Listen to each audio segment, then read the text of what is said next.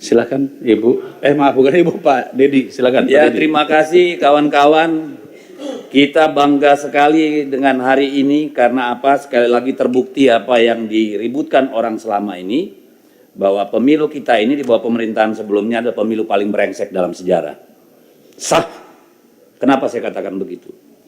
545 daerah pilkada. Oke? Total putusan itu menyangkut 310. Bukan berarti di luar 310 nggak ada masalah. 310 itu hampir 60% dari total pilkada kita. Hampir 60%. Gila itu. Saya nggak tahu kita punya hak nggak untuk duduk lagi di ruangan ini semua. Kalau kita punya budaya malu, saya kira wajar kita mundur semua. KPU, Bawaslu, Mendagri, Kapolri, gagal kita ini. DPR juga. Supaya adil. Nggak apa-apa, kalau perlu kita mundur berjamaah, saya siap. Supaya sebagai tanggung jawab kita terhadap bangsa ini loh. Hampir 60% pilkadanya bermasalah.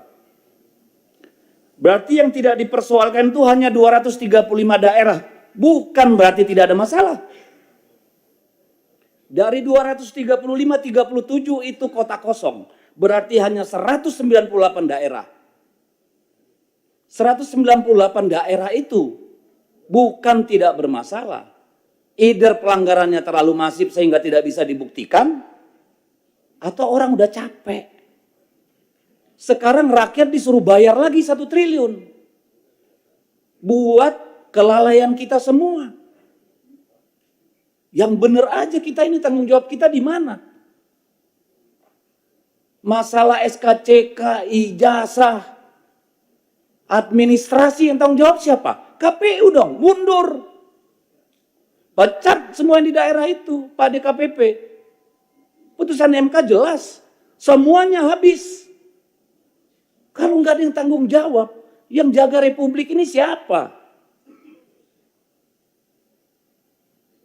Masa iya urusan remeh-temeh begini, ijazah palsu, masa jabatan, kayak keledai kita. Berulang-ulang masuk lubang yang sama. Ini soal kualitas. Secara administratif aja kita gagal. Gimana secara substantif? Ini keterlaluan kalau menurut saya. Hampir 60% pilkada bermasalah.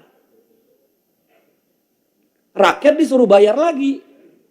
Kepala daerah suruh tarung lagi. Dari mana uangnya? Minjem, jual, gadai. Besok-besok korupsi semua Bapak Ibu.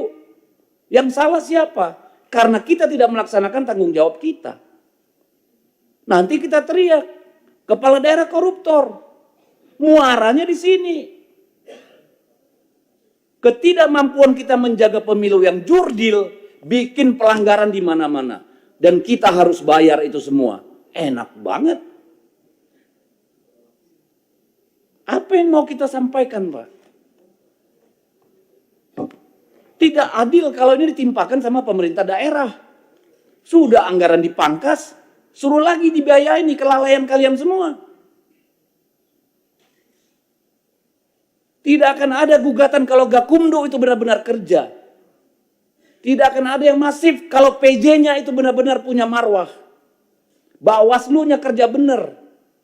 DKPP-nya kerja benar. Malu kita, Pak. Ini bukan cuma soal anggaran, ini soal peradaban. Ini bukan soal teknis. Buat apa kita pemilu?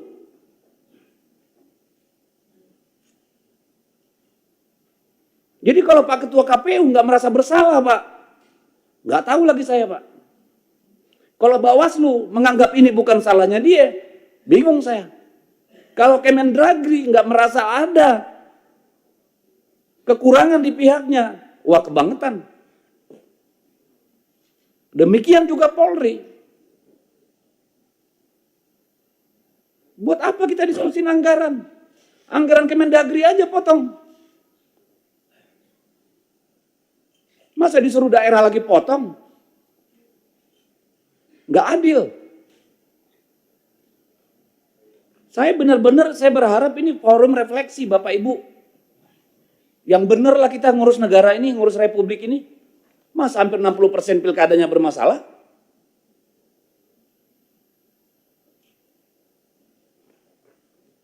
Kapan kita mau jujur, Pak? Saya tanya nih Pak Bawaslu, KPU, dan Pak Kementerian Dalam Negeri. Ini yang mau kita wariskan, Pak. Dan ini akan direplikasi pada pemilu-pemilu berikutnya, Pak. Ujungnya apa? Hutan habis, tambang habis. Semua dihabiskan untuk membiayai pemilu, Pak. Apa nggak ngelihat efek dominonya kita ini? Saya minta tolong, saya keras karena apa? Ini soal bangsa ini. Bukan soal teknis kurangnya anggaran, Bapak Ibu. Siapa yang jamin PSU pertama nanti tidak ada PSU kedua? Kita pernah ngalami sampai 3 kali PSU di Maluku Utara. Siapa yang bisa jamin? Akhirnya kepala daerah yang terpilih pun gak legitimate. Yang milih nanti 20%, 30%. Cari uang lagi mereka untuk money politik. Untuk sembako. Garbage in, garbage out. Sampah masuk, sampah keluar. Kalau mau kita mundur bareng-bareng, ayo mundur. Tanggung jawab sama negara ini. Kayak mana kita ini? Saya nggak merasa punya martabat jadi DPR kayak begini hasil pemilunya, Pak. Jujur aja, Pak. Ibu,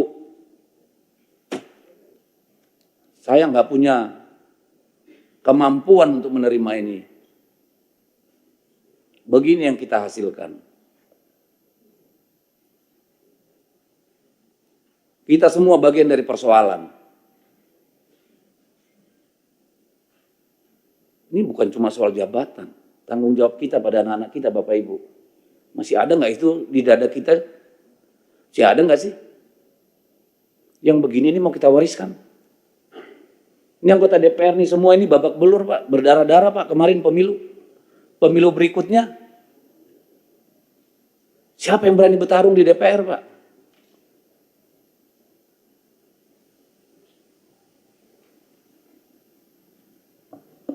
Saya habis kata, pimpinan, ini menyedihkan. Kalau kita tidak melakukan koreksi pimpinan, besok-besok jadi anggota dewan tuh perlu 50-100 miliar pimpinan. Jadi kepala daerah butuh 200 miliar. Tolonglah.